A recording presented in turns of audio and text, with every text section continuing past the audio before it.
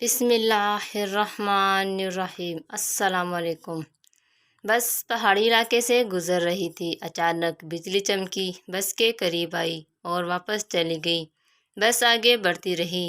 آدھے گھنٹے بعد بجلی دوبارہ آئی، بس کے پچھلے حصے کی طرف لپکی، لیکن واپس چلی گئی۔ بس آگے بڑھتی رہی۔ بجلی ایک بار پھر آئی اور وہ اس بار دائیں سائیڈ پر حملہ آور ہوئی، لیکن تیسری بار بھی واپس لوٹ گئی۔ ڈرائیور سمجھدار تھا، اس نے گاڑی روکی اور اونچی آواز میں بولا، بھائیو، بس میں کوئی گنہگار سوار ہے، یہ بجلی اسے تلاش کر رہی ہے، ہم نے اگر اسے نہ اتارا تو ہم سب مارے جائیں گے۔ بس میں سراسیمگی پھیل گئی اور تمام مسافر ایک دوسرے کو شک کی نظروں سے دیکھنے لگے۔ ڈرائیور نے مشورہ دیا، سامنے پہاڑ کے نیچے درخت ہے، ہم تمام ایک ایک کر کے اترتے ہیں اور درخت کے نیچے کھڑے ہو جاتے ہیں۔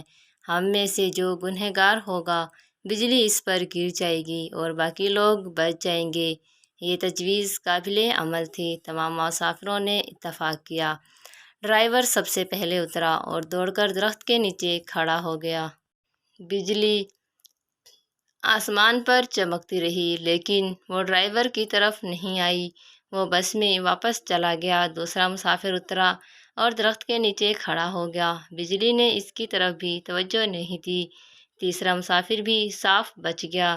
یوں مسافر آتے رہے، درخت کے نیچے کھڑے ہوتے رہے اور واپس جاتے رہے، یہاں تک کہ صرف ایک مسافر بچ گیا۔ یہ گندا مجہول سا مسافر تھا۔ کنڈکٹر نے اسے ترس کھا کر بس میں سوار کر لیا تھا۔ مسافروں نے اسے برا بھلا کہنا شروع کر دیا۔ لوگوں کا کہنا تھا، ہم تمہاری وجہ سے موت کے منہ پر بیٹھے ہیں، تم فوراً بس سے اتر جاؤ۔ وہ اس سے ان گناہوں کی تفصیل بھی پوچھ رہے تھے جن کی وجہ سے ایک اذیت ناک موت اس کی منتظر تھی۔ وہ مسافر اترنے کے لیے تیار نہیں تھا۔ لوگ اسے ہر قیمت پر بس سے اتارنا چاہتے تھے۔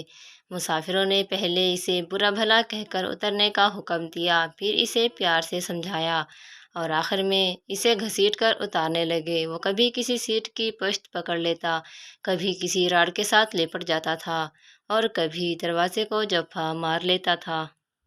لیکن لوگ باز نہ آئے۔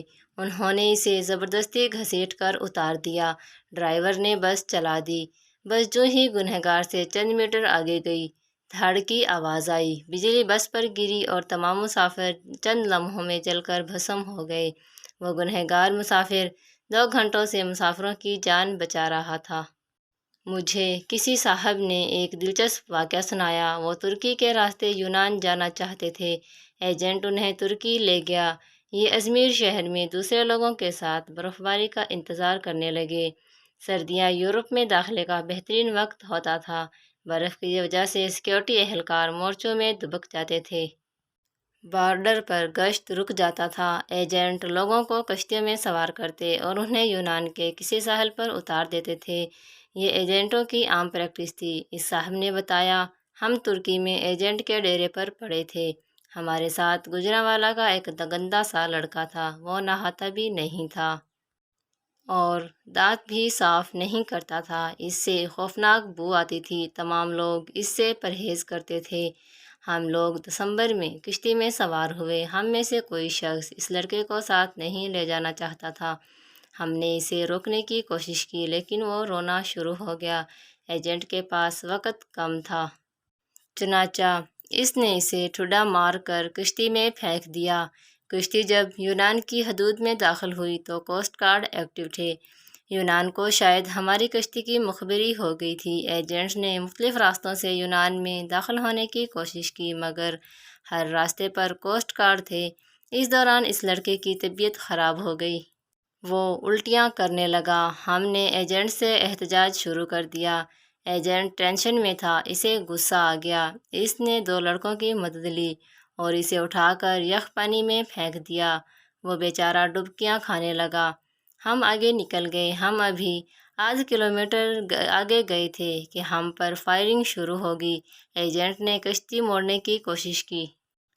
کشتی اپنا توازن برقرار نہ رکھ سکی اور وہ پانی میں الٹ گئی۔ ہم سب پانی میں ڈبکیاں کھانے لگے۔ میں نے خود کو سردی، پانی اور خوف کے حوالے کر دیا۔ میری آنکھ کھلی تو میں ہسپتال میں تھا۔ مجھے عملے نے بتایا کشتی میں سوار تمام لوگ مر چکے ہیں، صرف 2 لوگ بچے ہیں۔ میں نے دوسرے شخص کے بارے میں پوچھا۔ ڈاکٹر نے میرے بیڈ کا پردہ ہٹا دیا۔ وہ دوسرے بیڈ پر وہی لڑکا لیٹا ہوا تھا جسے ہم نے اپنے ہاتھوں سے سمندر میں پھینکا تھا۔ سمندر کی لہریں اسے دھکیل کر ساحل تک لے آئی تھی۔ مجھے کوسٹ گارڈ نے بچا لیا، جبکہ باقی لوگ گولیوں کا نشانہ بن گئے یا پھر سردی سے ٹھٹر کر مر چکے تھے۔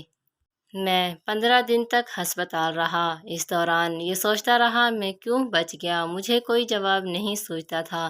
میں جب ہسپتال سے ڈسچارج ہو رہا تھا، مجھے اس وقت یاد آیا میں نے اس لڑکے کو لائف جیکٹ پہنائی تھی۔ ایجنٹ جب اسے پانی میں پھینکنے کے لیے آ رہا تھا تو میں نے فوراً باکس سے جیکٹ نکال کر اسے پہنا دی تھی۔ یہ وہ نیکی تھی جس نے مجھے بچا لیا۔ مجھے جوں ہی یہ نیکی یاد آئی، مجھے 6 ماہ کا وہ سارا زمانہ یاد آ گیا جو ہم نے اس لڑکے کے ساتھ گزارا تھا۔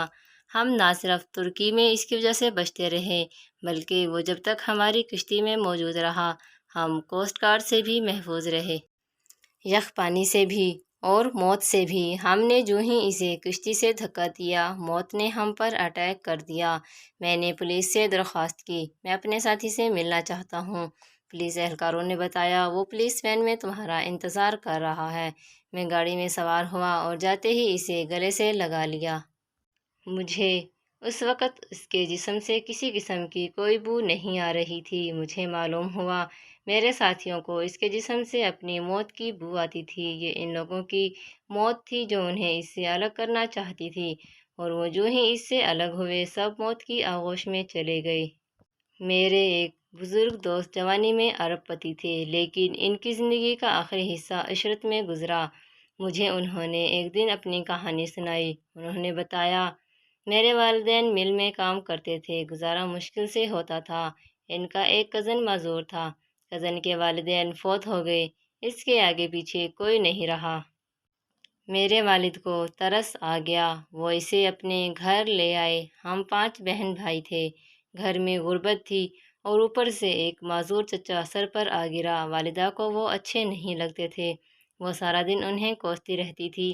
ہم بھی والدہ کی وجہ سے ان سے نفرت کرتے تھے، لیکن میرے والد کو ان سے محبت تھی۔ وہ انہیں ہاتھ سے کھانا بھی کھلاتے، ان کا بول براز بھی صاف کرتے اور انہیں کپڑے بھی پہناتے تھے۔ اللہ کا کرنا یہ ہوا ہمارے حالات بدل گئے۔ ہمارے والد نے چھوٹی سی بھٹی لگائی، یہ بھٹی کارخانہ بنی اور وہ کارخانہ کارخانوں میں تبدیل ہو گیا۔ ہم ارب پتی ہو گئے۔ 1980 کی دہائی میں میرے والد فوت ہو گئے اور وہ چچا ترکے میں مجھے مل گئے۔ میں نے انہیں چند ماہ اپنے گھر رکھا، لیکن میں جلد ہی تنگ آ گیا۔ میں نے انہیں پاگل خانے میں داخل کرا دیا۔ وہ پاگل خانے میں رہ کر انتقال کر گئے۔ بس ان کے انتقال کی دیر تھی، ہمارا پورا خاندان عرش سے فرش پر آ گیا۔ ہماری فیکٹریاں، ہمارے گھر اور ہماری گاڑیاں، ہر چیز نیلام ہو گئی۔ ہم روٹی کے نوالوں کو ترسنے لگے۔ ہمیں اس وقت معلوم ہوا ہمارے معذور چچا ہمارے رزق کی ضمانت تھے۔ ہم ان کی وجہ سے محلوں میں زندگی گزار رہے تھے۔ وہ گئے تو ہماری ضمانت بھی ختم ہو گئی۔ ہمارے محل ہم سے رخصت ہو گئے اور ہم سڑک پر آ گئے۔ یہ تینوں واقعات آپ کے لیے ہیں۔ ہم نہیں جانتے ہم کن لوگوں کی وجہ سے زندہ ہیں، ہم کن کی وجہ سے کامیاب ہیں، اور ہم کن کی بدولت محلوں میں زندگی گزار رہے ہیں۔ ہم یہ بھی نہیں جانتے کس کو بس سے اتاریں، ہم کس کو کشتی سے باہر پھینکیں، اور ہم کس کے کھانے کی پلیٹ اٹھائیں گے۔ اور وہ شخص ہمارا رزق، ہماری کامیابی اور ہماری زندگی ساتھ لے جائے گا، ہم ہرگز ہرگز نہیں جانتے۔